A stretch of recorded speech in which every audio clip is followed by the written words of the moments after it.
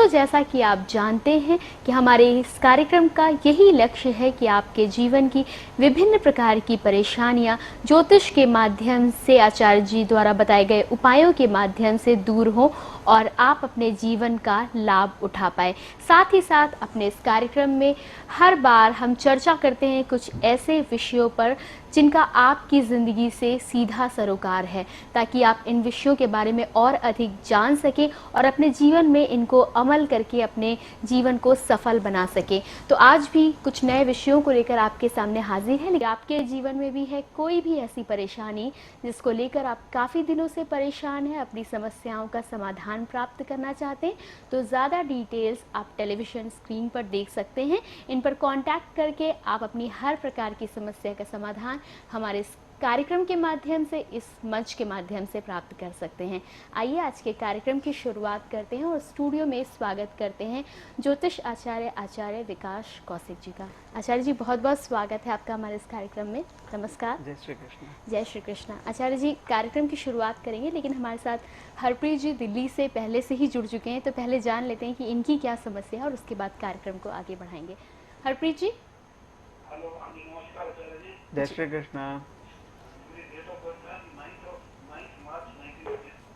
9 मार्च 1985। 1985। Time बता दें। जी, मैं दोपहर के 12:08 12:08 दोपहर के। और जन्म स्थान कहाँ का है?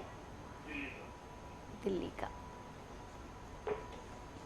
जी हरप्रीत जी, क्या जानना चाहते हैं? ये पूछना चाहते हैं कि कोई काम नहीं बनता, कोई मतलब कुछ भी कहते हैं बेकार किए भी, पता नहीं बहुत पैसे लगाए हैं, उसमें भी सारा कुछ फ्लॉप हो गया और शादी कराई थी वो भी डाइवोर्स हो गया। सारे काम उल्टे सीधे हो रहे हैं, कोई सीधे नहीं चल पा रहा है। ये पन्ना धारण किया हुआ मैंने अपने जीवन में दर्शन करना जी देखिए, पन्ना आपने धारण किया है, इस पन्ने को उतार दें, क्योंकि बुध ऑलरेडी नीच के होकर आपके कर्म स्थान में बैठे हैं। जो आपका व्यवसाय या जो भी जॉब आप करेंगे वो चलने नहीं देंगे। जहाँ तक मैरिज का सवाल है, मैरिज आप जन्म कुंडली मिलाकर करें, क्योंकि एक से अधिक विवाह का योग आपकी जन्म कुंडली में विराजमान है। आप किस तरह का उपाय चाहते हैं? मैं कोई वो कर रहा हूँ, सक्सेसफुल हूँ जिंदगी में, कोई कारोबार करूँ, मतलब कि जहाँ भी जाती हूँ अपनी मान हानि होती है मेरी। मान हानि होती है। आप दो उपाय करें। प्रत्येक बृहस्पतिवार बेसन के लड्डू का प्रसाद बांटें गरीबों में, और प्रत्येक बुधवार गाय को हरा चारा खिलाएं और बच्चों में टॉफियाँ बांटें।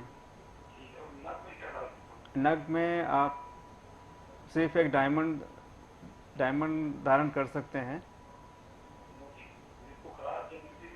नहीं, पुखराज धारण नहीं कर सकते हैं, पन्ना धारण नहीं कर सकते हैं। मोती धारण कर सकते हैं। 8 रत्ती का मोती इस रिंग फिंगर में आप धारण करें मंडे के दिन और सुबह 7 से 8 के बीच में। साथ में एक 5 मुखी और एक 4 मुखी रुद्राक्ष अपने गले में अवश्य धारण करें, और अंडे, मीट, शराब, बियर आदि का सेवन ना करें, अन्यथा आपका और ज़्यादा आपको हानि और परेशानी का सामना करना होगा। दोबारा बोलें। हाँ, फॉरेन कंट्री आप जाएंगे, फॉरेन कंट्री का योग है, बशर्ते कि आप उपाय स्टार्ट कर दें। हाँ, ये रेगुलर करना है जब तक आप जीवित हैं। जय श्री कृष्ण। बिल्कुल आचार्य जी, यहाँ पर सोल्यूशन आपने बता दिया। और अगले कॉलर हमारे साथ वैभव जी दिल्ली से लाइन पर हैं, जानते हैं कि क्या समस्या है। वैभव जी। वैभव की मम्मी बोल रही हूँ। जी। डेट ऑफ बर्थ है जी 23 नवंबर 1991। 1990 है रात के 9:25 और प्लेस है दिल्ली। जी। ऐसे है इसके पढ़ाई, कैरियर और थोड़ी तबियत खराब रहती है, उसके बारे में। जी बिल्कुल, स्वास्थ्य को लेकर यहाँ पर जाना चाहती हैं आचार्य जी। पढ़ाई में ऐसी कोई दिक्कत नहीं लगती है मुझे। कोई परेशानी है इनकी पढ़ाई में? परेशानी, ये बीटेक कर रहा है, तो बताइए कैसा रिश्ता रहेगा। नहीं, बीटेक कर रहा है, नेचुरली पढ़ाई अच्छी है बच्चे की, तभी बीटेक कर रहा है ना। पढ़ाई में मुझे कोई दिक्कत नहीं दिखती है। और जहाँ तक स्वास्थ्य का सवाल है, तो स्वास्थ्य में कभी इनको स्टमक प्रॉब्लम हो सकती है।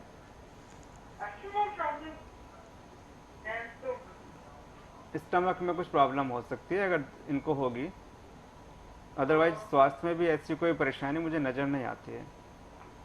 और उसमें प्रॉब्लम नहीं है, और आगे कैरियर कैसे है? करियर तो बनेगा तब पहले इंजीनियरिंग कर लेना बच्चा, पहले इंजीनियरिंग ठीक कर जाएगा? इंजीनियरिंग ठीक कर जाएगा, कोई दिक्कत नहीं है पढ़ाई में। और जन्म कुंडली में ऐसा कोई दोष नहीं, जब इनका विवाह करें आप जन्म कुंडली मिला लें। इनके वैवाहिक जीवन में परेशानियां जरूर हैं। किसी ने हमसे चलो पत्रिका दिखाई थी तो उन्होंने पितृ दोष बताया था। नहीं। है इसकी जन्म कुंडली में पितृ दोष है? देखिए, पितृदोष जन्म कुंडली में नहीं है, इस वहम से आप दूर हो जाएं और अपने मन में कोई वहम ना रखें बच्चे के प्रति। और है 2012 और 2013 इसके लिए बुरा बताया है कि नहीं। एक्सीडेंट वगैरह कुछ होना देखिए, 2012 2013 अभी बहुत दूर है, अभी आप कल के आज के बारे में सोचें। 11 भी ऐसा ही कुछ बताया, 11 12। देखिए, ऐसा कुछ मुझे नज़र नहीं आ रहा है, 2012 2011 2013 ऐसा कुछ मुझे नज़र नहीं आ रहा है। आप वहम से, अपने माइंड से वहम को निकालें, कोई परेशानी नहीं है जन्म कुंडली में। जी बिल्कुल आचार्य जी, किसी भी प्रकार का भ्रम जितनी जल्दी दूर कर ले उतना ही अच्छा होगा, क्योंकि हम जैसा सोचते हैं लाइफ में भी वैसा ही होता है। कभी क्या होता है कि अब हम जो चीज़ नहीं होने वाली होती हैं वो भी हो जाती हैं अगर हमारे मन में वहम है। जी बिल्कुल। तो मैं सभी दर्शकों से कहना चाहूँगा कि वहम की दुनिया से बाहर आएं और सच्चाई का जीवन जिएं, वर्तमान में जिएं। हर कार्यक्रम में हम चर्चा करते हैं और मुझे पूरी उम्मीद है कि दर्शकों को जो भी आप इस कार्यक्रम के माध्यम से बताते हैं उससे वो पूरा अपने जीवन में अमल करते हैं और लाभ उठाते हैं उसका। तो आज पितृपक्ष का ये समय चल रहा है, हमने पिछले अपने कार्यक्रम में भी पितृपक्ष के बारे में चर्चा की। आज आप क्या खास बताएंगे पितृपक्ष के बारे में?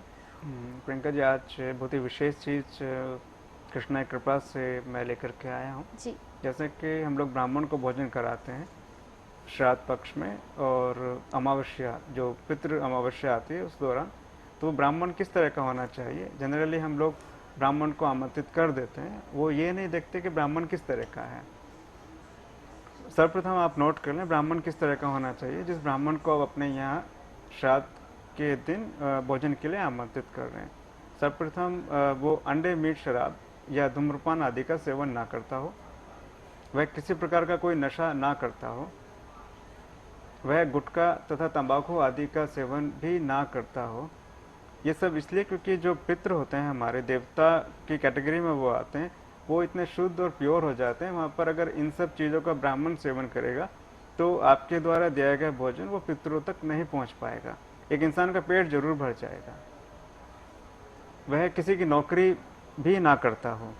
जनरली क्या होता है, नौकरी पे या व्यवसाय में लोग होते हैं जी। वो तरह तरह के झूठ बोलते हैं, उनको हम बुला के भोजन करा देते हैं, जो कि ब्राह्मण पंडित हैं, जाति से ब्राह्मण है लेकिन कर्म से वो ब्राह्मण नहीं होते हैं। तो उसको भोजन कभी देने से पितरों तक भोजन नहीं पहुंचेगा। उसका जो हाथ उठता है वह सिर्फ आशीर्वाद देने के लिए उठता हो, पैसे लेने के लिए कभी ना उठता हो। ऐसे ब्राह्मण को आप बुलाएं, अपने घर पर भोजन कराएं, और उस ब्राह्मण के अंदर मैं और मेरेपन की भावना बिल्कुल नहीं होनी चाहिए। जी। अगर मैं और मेरेपन की भावना, इट मीन्स के वो संसार में जो भी मोह और मैं और मेरेपन की जो भावना उसमें लिप्त है, और वो कभी भी मोह से दूर नहीं हो सकता। एक ब्राह्मण की जो भावना है, ब्रह्म से हम लोग तुलना करते हैं ब्राह्मण की, वो उसके अंदर कभी नहीं आ सकती। वह जमीन पर शयन करता हो, विशेषतर के लग्जरी लाइफ से थोड़ा दूर हो, वही ब्राह्मण कहने का या ब्राह्मण बनने का अधिकारी है। जी। वह पूर्ण ब्रह्मचारी हो और अपनी आजीविका के लिए किसी असत्य का सहारा वो कभी ना लेता हो। अगर ये सब क्वालिटीज़ ब्राह्मण में होंगी और आप उस ब्राह्मण को आमंत्रित करेंगे और अपने यहाँ भोजन कराएंगे, तभी जाकर के आपके द्वारा दिया गया भोजन आपके पितरों तक पहुँचेगा, और आपका जो यज्ञ है, एक तरह से वो यज्ञ होता है, पितृ यज्ञ बोलते हैं, वो संपन्न हो पाएगा, और आपकी ज़िंदगी में खुशियाँ पितरों के आशीर्वाद से आ पाएंगी और आपका जीवन खुशहाल संपन्न हो पाएगा। अभी बारी आती है, जैसा कि आपने देखा कि 13 दिन पूरे होते हैं मृत्यु के बाद, और हम लोग पंडित को ना कुछ सामान देते हैं, बस भोजन करा के भेज देते हैं। या कुछ लोग होते हैं वो सिर्फ 13वां करते हैं या नहीं करते हैं, या कुछ लोग ऐसे जिन्हें श्राद्ध का पता ही नहीं होता, तब वो लोग क्या करें? जी। करना चाहते हैं लेकिन उनको ये नहीं पता होता कि क्या करना है, प्रॉपर विधि नहीं पता होती। तो मैं उन सभी दर्शकों के लिए बताना चाहूँगा, वो कृपया नोट कर लें कि जो अमावस्या अब आ रही है, पितृपक्ष की अमावस्या, उस अमावस्या पर वो ये सब चीज़ किसी अच्छे योग्य ब्राह्मण को बुलाकर दान करें, ताकि उनके परिवार में सुख शांति, खुशहाली और धन समृद्धि आए और उनके जो पितरों को शांति मिले। क्योंकि क्या होता है कि जब इंसान जमीन पर रहता है तो जी। पूर्ण स्वतंत्र होता है, अपने खाने पीने के सामान जो भी वो चाहता है वो खा लेता है। लेकिन जब वो मृत्यु को प्राप्त होता है, प्रेत योनि में पहुंचता है, या उसकी जीवात्मा, सूक्ष्म जीवात्मा जो कि प्रेत लोक में या स्वर्ग लोक में पहुंचती है, वहाँ पर उसकी स्वतंत्रता छिन जाती है। वो सिर्फ वही चीज़ को खाने के लिए मिलती है जो उसके अपनों के द्वारा दी जाती है। तो वो सब चीज़ें आप उनको दें। नंबर 1 नोट कर लें, अमावस्या के दिन जो पितृ अमावस्या आ रही है या 13वां जब होता है, उस दिन आप ब्राह्मण को क्या क्या सामान दें। नंबर 1 चारपाई या फोल्डिंग बेड, जो भी आपको मीन्स आपकी अप्रोच के अंदर है। जी। एक गद्दा अपनी मीन्स पॉकेट के अनुसार, एक बेडशीट, एक तकिया, रजाई या कंबल, एक ओढ़ने के लिए एक चादर, 5 बर्तन और 5 वस्त्र। स्त्री है तो स्त्री वाले, पुरुष हैं तो पुरुष वाले। 5 फल, मिठाइयाँ, पंचमेवा, पान, एक दर्पण, शीशा जिसको बोलते हैं, कंघा और तेल सर में लगाने के लिए, इत्र, आसन, खड़ाऊँ, चप्पल और सर्दियों के लिए जूते, जाप करने के लिए माला, तुलसी की हो या रुद्राक्ष की हो, एक भगवत गीता या कोई ऐसा ग्रंथ जो आपके पूर्वज हैं उनको पसंद हो या वो पढ़ते हों, एक छाता, एक घड़ी, रिस्ट वॉच जिसको बोलते हैं, एक छड़ी जो कि बैत बोलते हैं, जिसको लेके चलते हैं लोग, एक पंखा अपने पॉकेट के अनुसार, दीपक पीतल का या स्टील का, साथ में रुई और देसी घी, एक माचिस, एक टॉर्च, और बर्तन में जो देने हैं आपको, एक प्लेट बड़ी वाली जिसको थाली बोलते हैं, ग्लास और एक लोटा या जग, कटोरी और चम्मच। भोजन बनाने के लिए उसको बर्तन भी अवश्य देने हैं ब्राह्मण को, जिसमें कि 2 भगोने, एक छोटा एक बड़ा, एक कुकर, एक कढ़ाई और एक चिमटा और एक तवा और 3 चम्मच बड़े वाले। स्टोव में आप कुछ भी दे सकते हैं, मिट्टी के तेल का स्टोव दे सकते हैं या गैस स्टोव भी दे सकते हैं, सिंगल वाला या डबल वाला, जैसे आपकी श्रद्धा है। चकला और बेलन, बैठने के लिए लकड़ी का एक पटरा या आसन, और किचन में जो यूज़ होता है कपड़ा बर्तन पकड़ने के लिए, वो सब।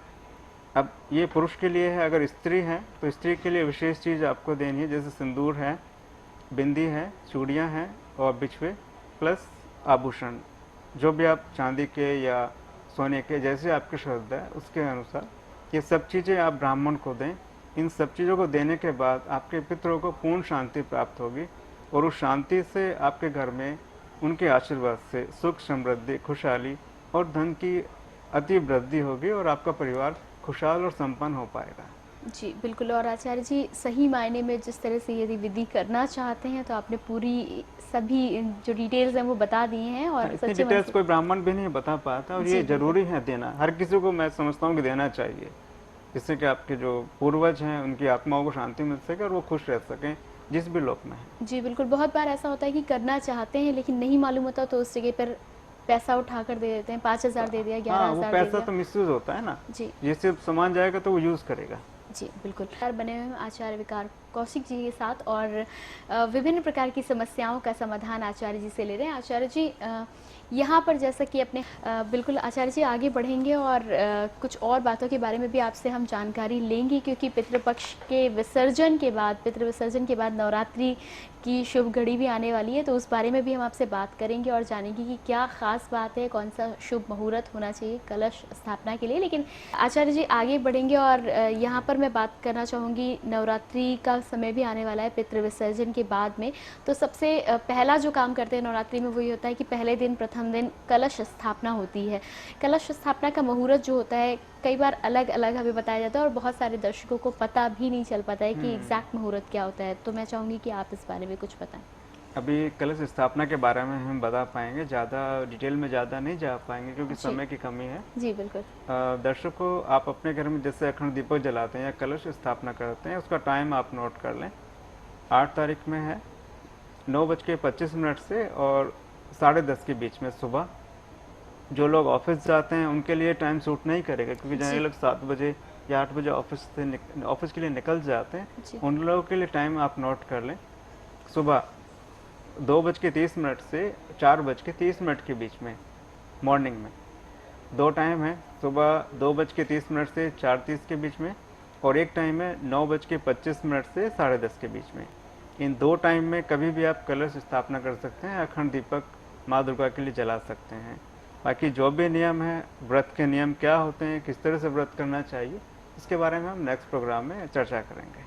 जी बिल्कुल आचार्य जी, अगले कार्यक्रम में ज़रूर चर्चा करेंगे और आपसे और बहुत कुछ जानने की कोशिश करेंगे, जिससे हमें अपने जीवन में जो भी पूजा कर रहे हैं उसका पूरा पूरा लाभ मिले और फ़ायदा हम उठा पाएँ। इस यहाँ आपसे कहना चाहेंगे कि आप स्टूडियो में आए, आपने इतना अमूल्य समय निकाला, उसके लिए आपका बहुत बहुत धन्यवाद। और दर्शकों को एक बार फिर से बता दें कि हर सोमवार 11 बजे आपसे इसी कार्यक्रम में मुलाकात होगी। तब तक के लिए हमें दीजिए इजाज़त। नमस्कार। जय श्री कृष्ण। विशेष प्रकार का अभिमंत्रित यंत्र या रुद्राक्ष प्राप्त करना चाहते हैं, जैसे मुकदमे तथा शत्रुता से निजात पाने हेतु दुर्गा यंत्र, कर्ज उतारने, फिजूल खर्च को कम करने या धन वृद्धि हेतु लक्ष्मी यंत्र,